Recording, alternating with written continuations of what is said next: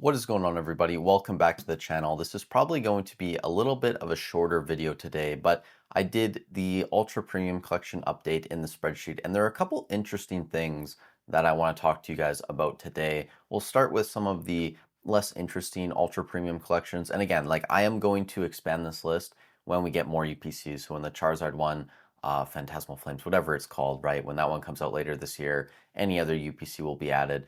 But currently we only have 8. The Sword and Shield Zacian and Zamazenta one, I think this is a product some people probably don't even know exists still. And it's not super exciting. When we consider the packs and everything inside, it's really not the best product from the Sword and Shield era. It's sitting around $203 currently. These don't move super often. I think there's probably like 3 or 4 sales a week on this product, sometimes up to maybe like 7 or 8. But yeah, this thing doesn't move super well. It's not a product I would recommend you invest in. Another one that I don't really recommend investing in is going to be the RCS box. Now, I know some people like this. The pack selection is decent. The promo cards are decent. I just think there's better UPCs, better places to put your money. But if you want to get one of these, cool. They're sitting around $230. They're selling about 1 per day, I think, normally in that range. Not doing anything crazy when we consider that some of these other UPCs are basically doing God's work when it comes to investing. Now, the Greninja EX UPC, we're going to jump around a little bit here. On TCG Player, this box is around $244, which isn't anything impressive.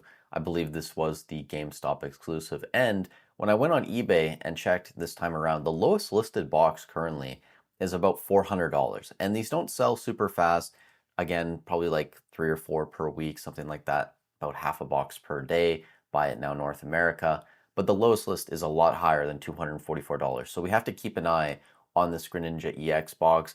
Maybe with the announcement of Mega Greninja EX, these are becoming slightly more popular. I'm not really sure what's going on here. I still don't think it's that great of a place to put your money, but compared to some of these other UPCs, I do think that it could potentially be making that move into like the mid 300, 400 range fairly consistently here shortly, just because of where the lowest listed boxes are. Now after that, Terapagos EX, I don't really want to talk about this product too much. There's still a decent amount out there. It moves all right, but again, it's a product that there's nothing super special about it. The promo cards are kind of meh. The pack selection is not super desirable either. So I think it's a product that you probably shouldn't be investing in. There's probably better places to put your money. But again, if you bought these at like $80, $70 back in, I don't know, November, December, somewhere around there, you're already up almost 100%, which is awesome. Congratulations to you. It was a very low risk play just based on, the price per pack inside and then having a couple promos. But at this price, I do think there's probably better places to put your money. Now,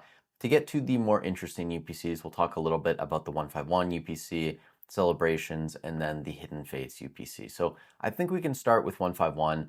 It's no secret that 151 right now has been popping off.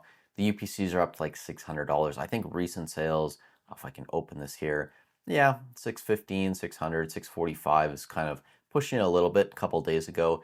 It's in that range. When I look at eBay, surprisingly, there aren't a ton of these listed currently, and they sell at a great pace. And when I say a great pace, I mean somewhere in the range of like 5 to 7 per day, buy it now, eBay North America. So you add in auctions, you're probably getting close to like 10 per day on the secondary market moving, which is very good for an item that's sitting around $600 currently. But just based on the supply, and it's not really being replenished at a rate that I would like, I think these UPCs could get up to like $900 plus by the end of the year. I think they're going to continue climbing. I know that there's been a massive move on these. You're up 300% over the past 12 months. I just don't think they're done moving. The demand is there for this product, and I also think it's something that we're not going to be getting more of. At least the odds of that happening are fairly low, so I think they're going to keep running. Now, celebrations, this is definitely a product we're not getting more of. Celebrations came out in 2021. It's been out of print for a long time. I know TCG Player Graph has these around $830.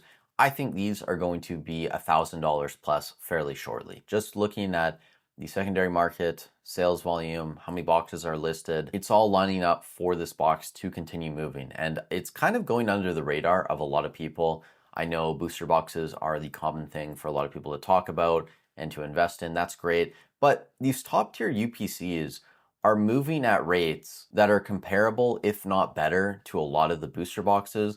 And you also have a lot of protection with those promo cards being unique to this item, and then also it just being an interesting collection piece, right? That's likely not going to get reprinted. And I'm talking about newer UPCs when they're coming out, like the 151 right now.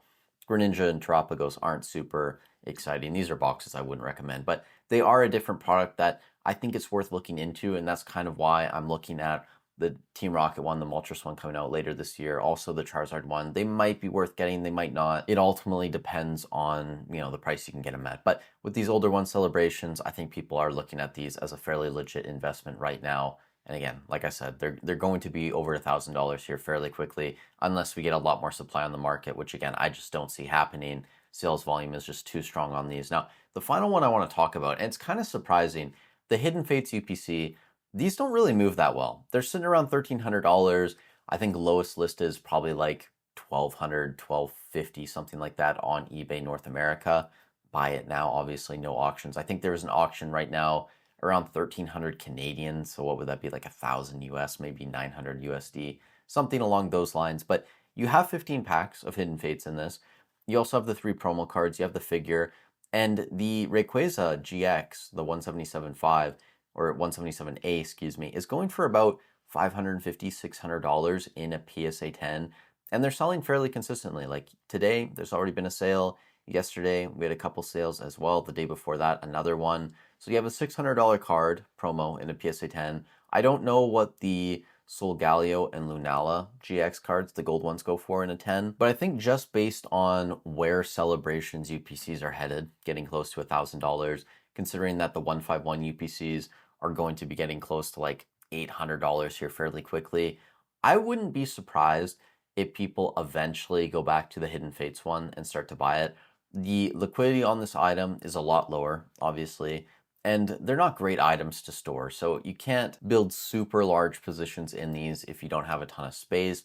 But I think it's only a matter of time before these start to push $1,500, $1,600, especially considering that I think Hidden Fates ETBs are going to start making another move up, getting close to like 450, 460, 475, maybe even pushing $500 by the end of the year. But that again is just my opinion based on the data, the sales data that I'm looking at. If you disagree, absolutely fine.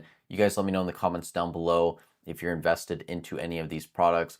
Also, if you got some value out of this video, I'd really appreciate if you leave a like on the video, subscribe to the channel. It helps out a ton. We'll be back tomorrow to talk about Sword and Shield Era. I'm excited to look at the data for that.